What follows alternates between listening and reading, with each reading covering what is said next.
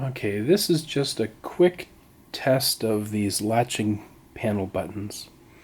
So right now it's set to be off in the up position.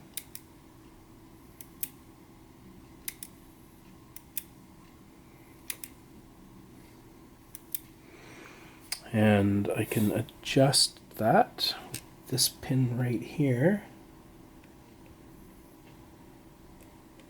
There we go.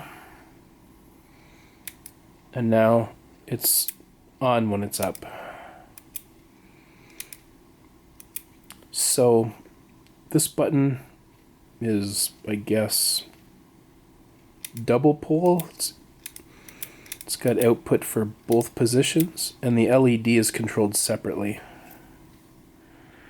which will be handy. I can use it for displaying error messages or error codes. Am I lining that up right?